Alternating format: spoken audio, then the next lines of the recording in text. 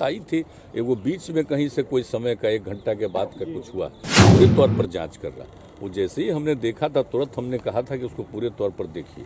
नमस्कार, आप live cities देख रहे हैं। मैं हूं जय शुक्ला। देखिए, बीएसएससी पेपर लीक मामले में नीतीश कुमार का बड़ा बयान सामने आया है। आपको पता है कि बीएसएससी सीजीएल 3 के प्रथम पाली की जो परीक्षा हो रही थी उसका पेपर आउट होने की बात जैसे ही सामने आई, बिहार में हाहाकार मच गया और एक बार फिर से सरकार पर और सरकार की शिक्षा व्यवस्था पर सवाल खड़े किए जाने लगे। अब इस पर नीतीश कुमार, जो कि बिहार के मुख्यमंत्री है, उन्होंने क्या कुछ कहा है और किस तरीके से इस मामले की जांच को लेकर बयान दिया है, वो भी आप सुनिए। का पेपर भी, क्या चीज का एग्जामिनेशन का? बीएसएससी का जो पेपर हुआ, कर्मचारी चयन आयोग का जो पेपर लीक का मामला सामने आया। नहीं, तू तो जांच कर रहा है, वो तो बहुत ठीक से जांच कर रहा है, वो कर रहा है जांच। जो बात आई थी वो बीच में कहीं से कोई समय का 1 घंटा के बाद का कुछ हुआ, पूरे तौर पर जांच कर रहा। वो जैसे ही हमने देखा था तुरंत हमने कहा था कि उसको पूरे तौर पर देखिए।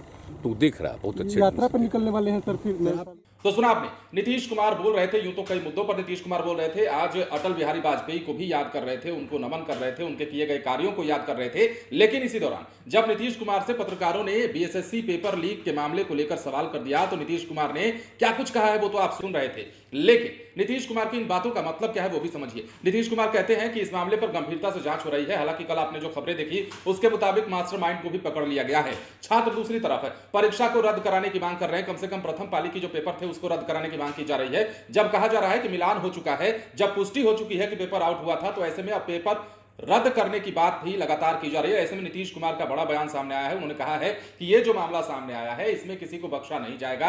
जहां भी दिक्कत होगी उसे गंभीर रूप से उस पर कार्रवाई की जा रही है और जांच की जा रही है। आपको यह भी पता है कि आर्थिक अपराध